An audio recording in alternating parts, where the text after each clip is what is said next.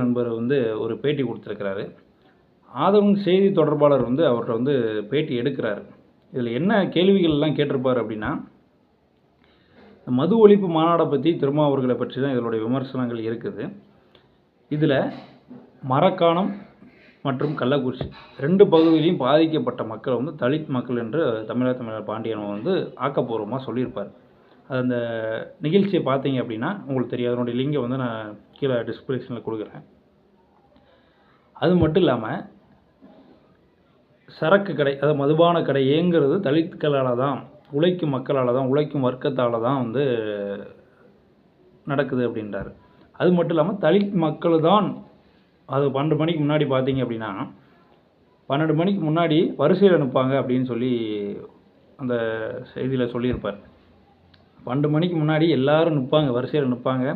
மது பிரியர்கள் மற்றும் மது அருந்தக்கூடிய மக்கள் எல்லோரும் வந்து மதுபான கடைகளில் வரிசையில் நிற்பாங்க. 12 மணி திறந்ததும் ஒரு 50 பேராட்டும் முந்தி கொண்டு போட்டி போட்டு கொண்டுலாம் வாங்குற மக்கள்லாம் இருக்கிறாங்க. நம்மளும் போகிற போக்கில் வந்து பார்த்துருப்போம். மக்களுடைய மனநிலை எல்லாருக்கும் தெரியும். அதுபோல் உழைக்கின்ற மக்கள் 150 ரூபா 150 ரூபா கோட்டர் குடிப்பான். நல்லா உழைக்கிறவன் ஒரு 2000 ரூபா ஒரு 1000 ரூபா மதிப்புள்ள ஒரு கோட்டரை வாங்கி குடிப்பான். மற்றும் அது மட்டும் இல்லாமல் ஒரு பாரில் உட்காந்து குடிப்பான். அப்போ உழைக்கும் மக்கள் வந்து குடிப்பது வந்து தலித் மக்கள் தான் அதிகமாக குடிக்கிறாங்க. அப்போ தலித் மக்களால் தான் வந்து மதுபான கடை இயங்குதா? தமிழ்நாடு அரசு தலித் மக்களால் தான் இயங்குதா? 2003 வெறும் 3 கோடிக்கு விற்ற மதுபானம் 2024 50,000 கோடிக்கு விற்கிறதுக்கு காரணம் என்ன? இப்போ தலித் மக்களுடைய எண்ணிக்கை அதிகமாகிட்டு இருக்கா? இல்லை தலித் மக்களுடைய வாழ்வாதாரம் சாவுகள் அதிகமாகிட்டு இருக்கா? தலித் மக்கள் வாழ்வாதாரத்தில் மேலே வந்துட்டான்னு சொல்கிறாரா? தலித் மக்கள் வாழ்வாதாரத்தில் கீழே போயிட்டாங்கன்னு சொல்கிறாரா? அவருடைய மனநிலை எதை நோக்கி அவர் பேசுகிறார் என்பது வந்து வன்மையாக கண்டிக்கக்கூடியதாக இருக்கிறது. இப்போ மது அருந்தக்கூடிய மக்கள் அனைத்து சமுதாய மக்களுமே அது மது அருந்தக்கூடிய நிலைமையில் இருக்காங்க. உண்மையாக இல்லையா? மேல் ஜாதியில் உள்ளவங்க வந்து அதிகமான சரக்கு குடிப்பதும், கீழ் ஜாதியில் உள்ளவங்க கம்மியான சரக்கு குடிப்பதும். அப்போ மேல் ஜாதியில் உள்ளவங்க மொத்தத்தை குடிக்கிறான், கீழ் ஜாதியில் உள்ளவங்க சரக்கை குடிக்கிறானா? இல்லை எப்படி அப்படிங்கிறத அவருடைய விவாதத்தை நம்ம எடுத்துக்கொள்ளலாம் அப்படிங்கிறது தெரியல. அது மட்டும் இல்லாமல் குடிநோயாளி மக்கள் என்று தலித்தை வந்து ஒரு குறிப்பிட்டு கூறிட்டுருக்கிறார். எதுக்கு வந்து சிறுத்தைகள் தான் முன்னின்று, இந்த விடுதலை சிறுத்தைகள் தான் முன்னின்று இந்த போராட்டத்தை மேற்கொண்டு மது ஒழிக்க வேண்டும், மது ஒழித்த ஒரு மாமன்னன் என்ற ஒரு பெயரை அவர் பெற வேண்டும், மக்களிடையே ஒரு நல்ல ஒரு சக்தியாக மாற வேண்டும் என்று சொல்கிறார். இது ஒருநிலைப்பாடாக சொல்கிறாரா, இல்லை என்றால் ஒருமையில் சொல்கிறாரா, இல்லை திருமாவை வந்து அதிமுக திமுக போன்ற கட்சிகளை வந்து எதிர்க்கணும்னு சொல்கிறாரா என்ற ஒரு மனநிலை அவர்கிட்ட அந்த கருத்து வந்து நம்ம எப்படி எடுத்துக்கொள்ளலாம் அப்படிங்கிறது வந்து தெரியலை. போகிற போக்கில் சொல்லிட்டு போகிறாரா, இல்லை திருமாவை அழுத்தம் திருத்தமாக சொல்கிறாரா இந்த பேட்டியில் அப்படிங்கிறது வந்து சொல்லியிருப்பாங்க. அது மட்டும் இல்லாமல் கனிமொழி அவர்களே வந்து ஒரு பேட்டியில் சொல்லியிருப்பாங்க, தமிழ்நாட்டில் விதவைகளினுடைய எண்ணிக்கை அதிகரித்து கொண்டு இருக்கிறது அப்படின்னு சொல்லியிருப்பாங்க. அப்போது சாராய கடையை நடத்துவது யாருன்னு பார்த்தா ஜெயத்ரகிருஷ்ணன், திமுகவினுடைய ஒரு பொறுப்பில் இருக்கவர் மற்றும் எம்எல்ஏ எம்பி 2 கடை நடத்துகிறாரு. டிஆர் பாலு ஒன்று நடத்துகிறாரு, ஜே முருகன் ஒன்று நடத்துகிறாரு, ராஜா பினாமியில் ஒருத்தர் நடத்துகிறார். இப்படி சொல்கிறது யார்? தமிழா பாண்டியன் அவர் சொல்கிறார். மற்றும் அதிமுகவில் வந்து ஃபினான்ஸ் கோல்டு அப்படின்ட்டு ஒருத்தர் நடத்துகிறாரு, சசிகலா அம்மையார் நடத்துகிறாருன்னு சொல்கிறாரு. 2 நாளுக்கு முன்னாடி உள்ள பேட்டியில் திமுகவினுடைய ஒரு அமைச்சர் ஒன்று சொல்லியிருப்பார், முத்துசாமி அவர்கள் வந்து மதுக்கடையில் படிப்படியாக குறைப்போம் அப்படின்ட்டு. திமுக ஆட்சிக்கு வரும்போது மதுக்கடைகளை ஒழிப்போம், படிப்படியாக குறைப்போம் என்று ஒரு அறிக்கையை முன்னிறுத்தி கொண்டு வந்தாங்க. ஆனால் அதன்படி ஒரு 500 கடைகளை குறைச்சாங்க. ஆரம்ப காலகட்டத்தில் 5750 கடைகளாக இருந்துச்சு. இப்போது ஒரு 500 கடைகளை மூடி வந்து ஒரு 4000 சம்திங் கடைகளை வந்து திமுக அரசானது அதனுடைய கட்டுப்பாடுகளை இயக்கி கொண்டு இருக்கிறது.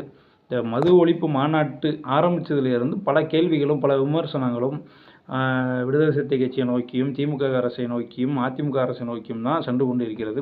மற்றும் பாமகனுடைய நிறுவனர் மற்றும் அவருடைய மகன் அவர் அன்புமணி ராமதாஸ் அவர்களோட கூறுகையில் கூட, நாங்கள் வந்து பிஹெச்டி படித்தவர்கள், விடுதலை சிறுத்தை கட்சிகள் இப்போ தான் எல்கேஜி படிக்கிறாங்க, மது ஒழிப்பில் அப்படின்னு சொல்லியிருப்பார்.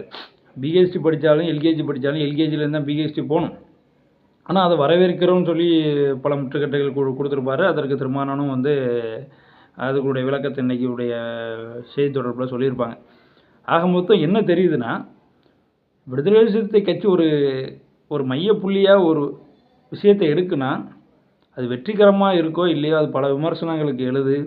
தமிழக அரசால் அது பேசப்படுது. இந்திய அரசு கவனத்திற்கு கொண்டு செல்லப்படுகிறது என்பது ஆக்கப்பூர்வமான உண்மை. ஒரு விவாத பொருளாக மாறக்கூடிய நிலைமையில் இருக்குது அப்படிங்கிறது உண்மை. அது மட்டும் இல்லாமல் ஆட்சியிலும் பங்கு அதிகாரத்திலும் பங்கு அப்படின்ட்டு நேற்று முன்தினம் ஒரு ட்விட் வந்து விடுதலை சிறுத்தை கட்சியின் சார்பில் வந்து போடப்பட்டது. அதை வந்து அட்மின் அவர்கள் போட்டார் அப்படின்னு சொல்லி அண்ணன் திருமா அவர்கள் வந்து விளக்கம் கொடுத்துருப்பார். அதை நீங்கள் செய்தியை பார்த்துருந்தீங்கன்னா தெரியும். அதுக்கப்புறம் ஏன் டிலேட் பண்ணீங்க அப்படின்னு கேட்கும்போது அதனுடைய ஒரு எழுத்து பிழையின் காரணமாக அது டிலேட் செய்யப்பட்டுள்ளது மற்றும் மறுபடியும் அது மறுசீலனை பண்ணி அண்ணனுடைய கவனத்திற்கு செல்லப்பட்டு அது மறுபடியும் வந்து அதனுடைய டைட்டில் மூலமாக ஆட்சியிலும் பங்கு அதிகாரத்திலும் பங்கு என்று ட்வீட் போடப்பட்டுள்ளது. இதில் என்ன தெரியுதுன்னா, ஆட்சியிலும் பங்கு அதிகாரத்திலும் பங்கு கூட்டணி என்பது வந்து அந்த நேரத்துக்கு தகுந்தாப்புல கூட்டணியை அமைத்து விட்டு அவர்களுடைய ஆட்சி கைப்பற்றின உடனே கூட்டணியில் வந்த கட்சிகளை வந்து அவர்கள் வந்து பின்தொடர்ந்து செல்வதில்லை. அவர்கள் சொல்லும் கருத்துக்களை வந்து கேட்பதில்லை, கவனிப்பதில்லை அப்படிங்கிறது நல்லா தெரியுது. இப்போ திமுக அரசானது அமைச்சரவையில் கூட்டணி கட்சிகளுக்கு எத்தனை அமைச்சரவை பங்கு கொடுத்துருக்கு? ஏதாட்டும் ஒன்று சொல்லுங்கள். எம்பியில் 40ல் ஒவ்வொரு கட்சிகளுக்கும் 2, 3, காங்கிரஸுக்கு மட்டும் ஒரு 10 கொடுத்து 39 கைப்பற்றிட்டாங்க. இல்லைன்னு சொல்லலை. அது மட்டும் இல்லாமல் நம்ம நிறைய இதில் பார்த்துருப்போம். ராஜா சொல்லியிருப்பார், அன்புமணி ராமதாஸ் சொல்லியிருப்பார். அவர் நம்ம இந்து மக்கள் கட்சியினுடைய நிறுவனர், அவர் பேர் நல்ல பேர், அவர் கூட சொல்லியிருப்பார். பார்த்துக்கங்க. ஏன் விடுதலை சிறுத்தை கட்சிக்கு ஒரு துணை முதல்வர் பதவி கொடுங்க, இல்லை ஒரு அமைச்சரவையில் இடம் கொடுத்தா தானே அந்த கூட்டணியான ஒரு நிலையான ஆட்சியை பெற முடியும். இப்போ டெல்லியில் வந்து எந்த கட்சி ஆட்சிக்கு வந்தாலும் துணை முதல்வர் பதவி, பிஜேபியே ஆட்சிக்கு வந்தாலும் கூட்டணி உள்ள கட்சிகளுக்கு வந்து துணை முதல்வர் பதவியோ இல்லை அதனுடைய அமைச்சரவை பதவியோ கொடுப்பது வந்து அண்ணன் திருமாவளவன் அவர்கள் கூறியது இந்த செய்தி தொடர்பில். அது மாதிரி திமுக அரசானது வந்து 3 ஆண்டு கடந்து வந்துட்டு கூட்டணி கட்சியாக இருக்கக்கூடிய பல கட்சிகள், முன்னிறுத்தி அமையக்கூடிய கட்சிகளான வைகோ இருக்கிறாங்க, கம்யூனிஸ்ட் இருக்காங்க, வேல்முருகன் அவர்கள் இருக்கிறாங்க, முஸ்லீம் லீக் இருக்கிறாங்க, இப்படி நிறைய பல கட்சிகள் உங்களை பின்தொடருது அப்படின்னா அவங்களுக்கு ஏதாட்டும் ஒரு அமைச்சரவையில் ஒரு பதவி கொடுத்து பாருங்கள். அவங்களுடைய ஆட்சி அதிகாரம், அவங்களுடைய அரசியல் அதிகாரத்தை வளர்த்து விடுங்க. கூட்டணிக்கு மட்டும் அவங்களுடைய தேவை என்றால் அவங்களுடைய ஆட்சி அதிகாரத்திற்கு அவங்களுடைய தேவை இல்லையா, பங்களிப்பு இல்லையா அப்படின்னு தான் விடுதலை சிறுத்தை கட்சி முன்னோக்கி வைக்கிறது. இது இப்போ இல்லை, 1990 இருந்து அண்ணன் திருமா அவர்கள் சொல்லப்பட்ட ஒன்று தான். 2 தினங்களுக்கு முன்பதாக மறைமலை நகரில் அவருடைய பேசிய லைவ் வீடியோ, 2 நாளுக்கு முன்பதாக பேசிய வீடியோ தான் பதிவிட்டிருக்காங்க. இதில் ஒரு குறையும் இல்லை அப்படிங்கிறது திரும்ப அண்ணன் செய்தி தொடர்பில் வந்து ஆணித்தரமாக சொல்லியிருப்பாங்க. இதில் எந்த ஒரு தவறும் இல்லை, நாங்கள் கேட்பது உண்மைதான் அப்படின்ட்டு அவர் சொல்லியிருப்பார். இதுலேருந்து என்ன தெரியுது? 3ஆம் கூட்டணி உருவாகுமா, இல்லை திருமாவளவன் அவர்களுடைய தலைமையில் 3வது கூட்டணி உருவாகுமா என்பது வந்து ஒரு கருத்து கணிப்பாக வெளியிடுது அப்படின்ட்டு பல விவாதங்கள் ஓடிக்கொண்டே இருக்குது பல நியூஸில். ஆனால் திருமாவளவன் என்ன சொல்கிறாங்க, நாங்கள் திமுக கூட்டணியில் தான் இருக்கிறோம் அப்படின்ற ஒரு கூறி முடிக்கிறார்கள். நன்றி, வணக்கம்.